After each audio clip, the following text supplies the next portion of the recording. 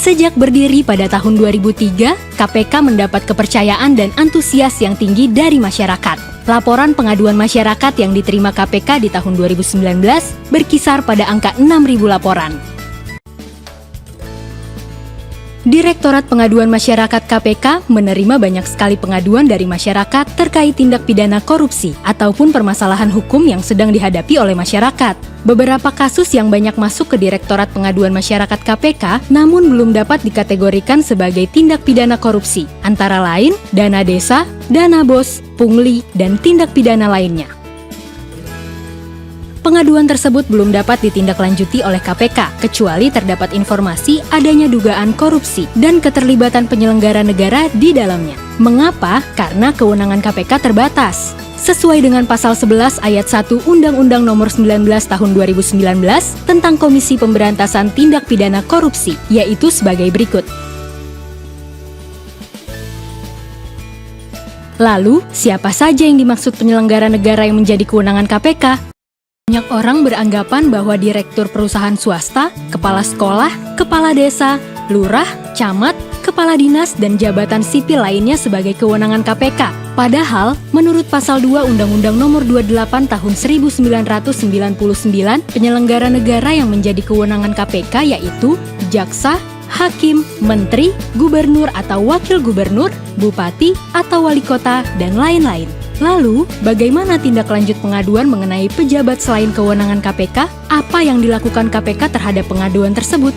Menurut Pasal 6 Undang-Undang Nomor 19 Tahun 2019, KPK melakukan tugas monitoring, koordinasi, dan supervisi dengan instansi atau aparat penegak hukum lain, seperti kepolisian dan kejaksaan. Selain itu, pengaduan masyarakat yang belum dapat ditindaklanjuti oleh bidang penindakan KPK dapat menjadi bahan informasi bagi bidang pencegahan KPK.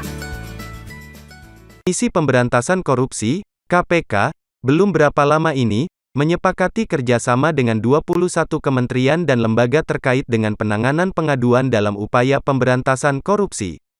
Whistleblowing Sistem Tindak Pidana Korupsi terintegrasi dengan KPK bertujuan untuk meningkatkan efektivitas dan efisiensi penanganan pengaduan. Koneksi data dengan KPK akan membuat penanganan pengaduan lebih efisien dan menghindari duplikasi penanganan. Selain itu, efektivitas juga akan meningkat dengan kemudahan koordinasi dan monitoring penanganan pengaduan antara lembaga atau organisasi dan KPK. Acara penandatanganan kerjasama ini dihadiri juga oleh Menteri Pekerjaan Umum dan Perumahan Rakyat Basuki Hadimuljono, Menteri Sosial ad interim Muhadjir Effendi, dan 21 perwakilan kementerian dan lembaga pusat maupun daerah.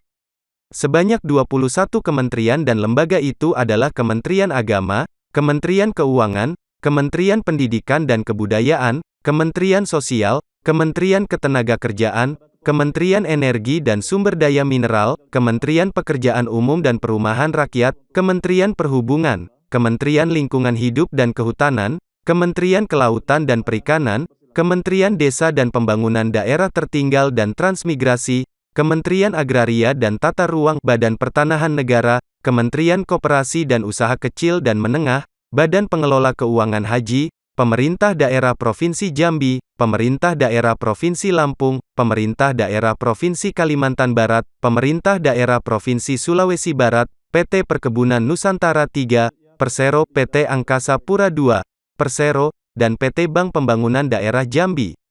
Ketua KPK Firly Bahuri mengatakan sistem ini menunjukkan bahwa setiap orang punya peran dalam pemberantasan korupsi. Sehingga semua orang harus sadar akan bahaya korupsi. Whistleblowing sistem ini bisa menjadi alarm atau panggilan untuk kita semua bahwa ada bahaya di sekitar kita, yaitu korupsi, kata Firly dalam sambutannya usai penandatanganan perjanjian kerjasama di Gedung Juang, Gedung Merah Putih KPK, Senin, tanggal 21 Desember tahun 2020. KPK berharap, perjanjian kerjasama ini akan berguna dan diimplementasikan dengan maksimal. Sehingga KPK dan mitra kerja akan mendapatkan manfaat yang sebesar-besarnya, terciptanya sinergi yang mendukung tugas pokok dan fungsi kedua belah pihak. Sebab, dengan adanya whistleblowing sistem tindak pidana korupsi ini, sebuah organisasi, lembaga akan mendapat manfaat besar, karena bisa mendeteksi tindak pidana korupsi sejak dini memperoleh informasi lebih awal adanya dugaan pelanggaran, sekaligus dapat melakukan pemetaan titik-titik rawannya. Menteri BUMN Erick Thohir mengatakan selama ini di lingkungan Kementerian BUMN selalu mengimbau yang paling penting adalah bisnis proses yang benar dalam sebuah proyek. Bukan nilai proyeknya. Sistem yang kita sepakati hari ini adalah salah satu unsur dari bisnis proses yang benar. Dengan adanya whistleblowing sistem ini, seluruh jajaran di BUMN bisa saling menjaga, kata Erick dalam sambutannya dalam acara yang sama. Erick mengatakan hingga saat ini, sudah ada 89 BUMN yang memiliki sertifikasi ISO 37001 Anti-Bribery Management System. Sertifikasi ini, kata dia, merupakan salah satu upaya BUMN dalam melaksanakan bisnis proses yang benar dalam sebuah proyek.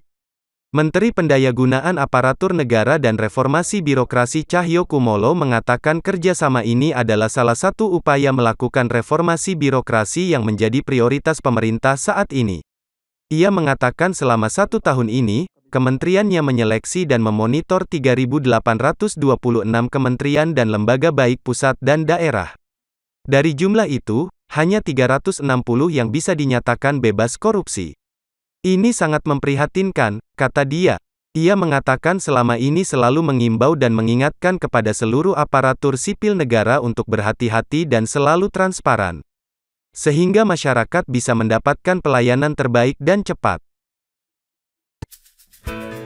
Tahukah Anda, hampir semua kasus yang ditangani KPK berasal dari pengaduan masyarakat. Contohnya adalah kasus proyek Hambalang dan pengadaan simulator SIM yang awalnya berasal dari pengaduan masyarakat. Dengan dipecahkannya 2 kasus tersebut, kita berhasil menyelamatkan kerugian negara sebesar 464,4 miliar rupiah dari kasus Hambalang dan 145 miliar rupiah dari kasus simulator SIM. Kita sebagai masyarakat juga bisa berperan serta dalam mengungkap kasus korupsi. Anda mempunyai informasi terkait dugaan tindak pidana korupsi?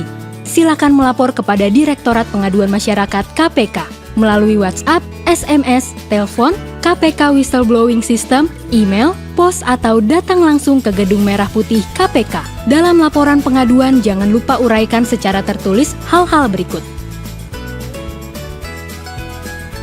Peran masyarakat begitu vital dalam pemberantasan korupsi, sehingga negara memberikan perlindungan kepada pelapor.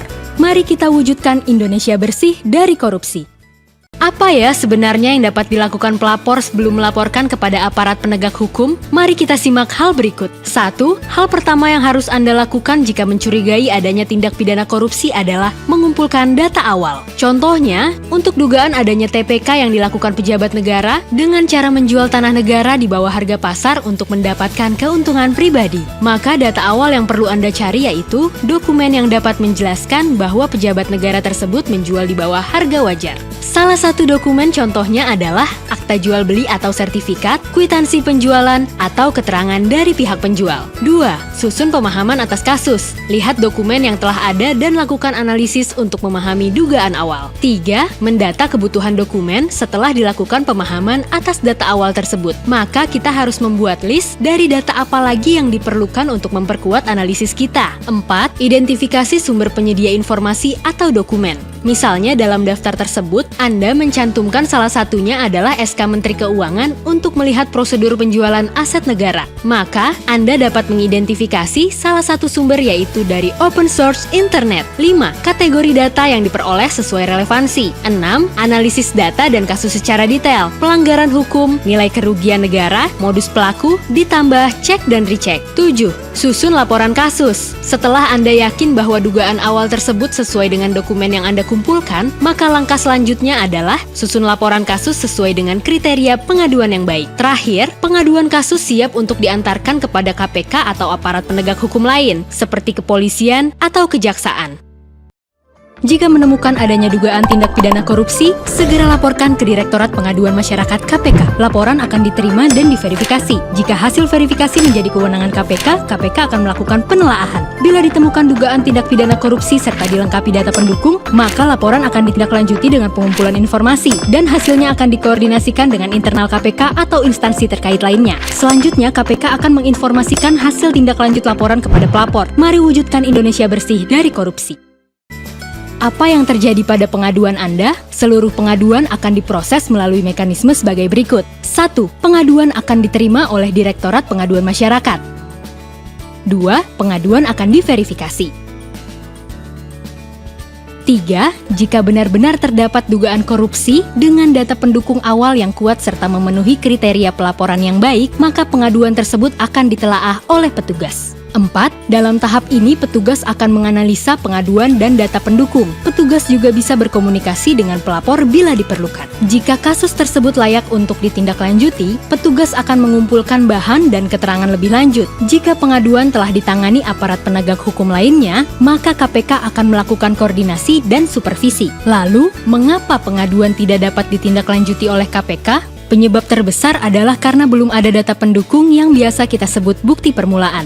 Bukti permulaan ini antara lain dapat berupa bukti transfer, cek, rekening koran, bukti setoran, dan lain-lain. Data pendukung ini harus valid dan dapat dipertanggungjawabkan. Perlu diperhatikan pula hal-hal berikut.